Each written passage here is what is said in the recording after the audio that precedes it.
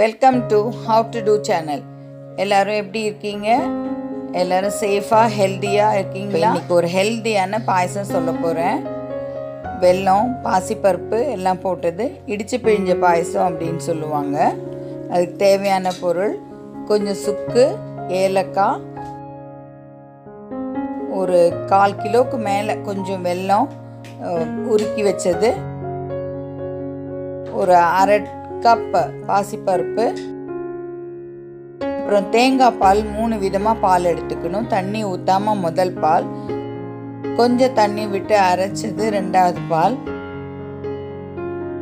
நிறைய தண்ணி விட்டு அரைச்சி 1 லிட்டர் அளவுக்கு 3வது பால். நீங்கள் பச்சை அரிசி 1 டம்ளர் எடுத்துக்கலாம். இதெல்லாம் தான் நமக்கு தேவையான பொருட்கள் இந்த பாயசம் பண்ணுறதுக்கு. அரிசி, பருப்பு, வெல்லம், சுக்கு எல்லாம் சேர்ந்து தேங்காய் பாலோட வேக வச்சு இருக்கும்போது ரொம்ப நல்லாவே இருக்கும் இந்த பாயசம். அதை நான் எப்படி செய்கிறதுன்னு சொல்கிறேன். முதல்ல பாசிப்பருப்பை வறுத்துக்கலாம். ரொம்ப செவக்கக்கூடாது, லேசாக சிம்மில் வச்சு இல்லைன்னா ஹீட் கம்மியாக வச்சு நீங்கள் வறுத்துக்கணும். பாருங்க, நல்லா வறுப்பட்டுடும். ரொம்ப ப்ரௌனிஷாக அந்த மாதிரி ஆக வேண்டாம், ரொம்ப செவக்கவும் வேண்டாம். அந்த கலர் லேசாக மாறும்போதே நீங்கள் எடுத்துருங்க. ஸ்லோ ஹீட்டில் வச்சு வறுத்து எடுத்துக்கலாம். நீங்கள் 1 டம்ளர் அரிசி வச்சுருக்கோம் இல்லையா, ஆர் எந்த மெஷர்மெண்ட் வேணால் ஒரு மெஷர்மெண்ட்டு, அதுக்கு பாதி பருப்பு அப்படி எடுத்து பாருங்கள். நிறம் மாறாமல் வறுத்தாச்சு பருப்பை. நம்ம 3வது ரெடி பண்ணி வச்சுருக்கோம் இல்லையா, தேங்காய் பால் 1 லிட்டர் அளவுக்கு. அதில் நீங்கள் நம்ம எடுத்து வச்ச பச்சரிசியை நல்லா களைஞ்சி வாஷ் பண்ணிவிட்டு அதில் வேக விடுறதுக்காக போட்டுடுங்க. முதல்ல பருப்பை போட்டுடுங்க. பருப்பை போட்டு சூடானோடனே அரிசியும் கூடவே போட்டுடலாம். போட்டுட்டு நல்லா கிளறி விடுங்க. ஒரு 1 நிமிஷம் நல்லா கிளறி விட்டுட்டு குக்கரை மூடி விசில் போட்டுடலாம். இப்போ உங்களுக்கு குக்கர் 3 இல்லைன்னா 4 விசில் வந்தோன்னே நீங்கள் ஆஃப் பண்ணிக்கலாம்.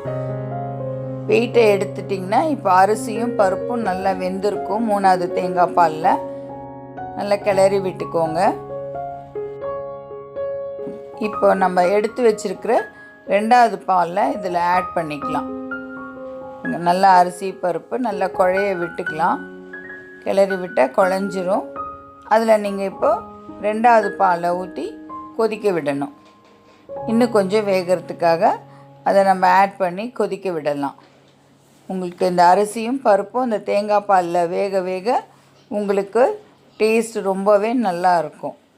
அந்த அரிசியும் பருப்பும் இந்த 2வது பாலில் இன்னும் கொஞ்சம் நேரம் வேகட்டும். மேபி ஒரு 5 மினிட்ஸ் ஆர் 4 மினிட்ஸ் அளவுக்கு வெந்ததுக்கப்புறம் நம்ம வெல்லத்தை உருக்கி வச்சுருக்கோம் இல்லையா, ஒரு 300 கிராம் வெல்லத்தை. உங்களுக்கு இன்னும் ஸ்வீட் கொஞ்சம் ஜாஸ்தியாக வேணும்னா ஒரு 400 கிராம் வெல்லத்தை கூட போதும். உருக்கி வடிகட்டி வச்சுருக்கோம் நம்ம, அதை இதில் ஆட் பண்ணிக்கலாம். இந்த பாயசம் ரொம்ப கெட்டியாகவும் இருக்கக்கூடாது, ரொம்ப தண்ணியாகவும் இருக்கக்கூடாது. 3-4 நிமிஷம் கொதிச்சதுக்கப்புறம் நீங்கள் முதல் பாலை திக்காக இருக்கு இல்லையா, நம்ம தண்ணி ஊற்றாமல் எடுத்த பாலை அது கூட சேர்த்துட்டு நீங்கள் அடுப்பை இப்போ ஆஃப் பண்ணிக்கலாம். பாருங்கள், நல்லா திக்கான பால், தண்ணி ஊற்றாத பால். அதை நீங்கள் நல்லா மிக்ஸ் பண்ணிவிட்டு அடுப்பை ஆஃப் பண்ணிக்கலாம். இந்த பாயசம் ரொம்ப தண்ணியாகவும் இருக்கக்கூடாது, ரொம்ப கெட்டியாகவும் இருக்கக்கூடாது. நான் இப்போ காமிச்சிருக்கிற அந்த கன்சிஸ்டன்சிலே இருக்கலாம். சுக்கு நம்ம தூள் பண்ணி வச்சுருக்கோம் இல்லையா, அதை சேர்த்துடலாம். ஏலக்காய் நல்ல மணமாக இருக்கும்போதே நம்ம அடுத்தது இதில் என்னென்ன நெய்யில் வறுத்து தாளித்து அதில் போடலாம் அப்படின்னு பார்த்துடலாம். ஒரு வானலை எடுத்து ஒரு ஸ்பூன் நெய் நல்லா தாராளமாக விட்டுக்கோங்க. அதுக்கப்புறம் நம்ம கொஞ்சம் தேங்காவை, ஒரு பிடி தேங்காய் நல்லா பல்லாக அரிஞ்சு வச்சதை அதை நல்லா அந்த நெய்யில் போட்டு நல்லா செவக்க வறுக்கணும். நல்லா வாசனை வர வரைக்கும், நல்லா தேங்காய் சிவந்து வர வரைக்கும் வறுத்துக்கணும்.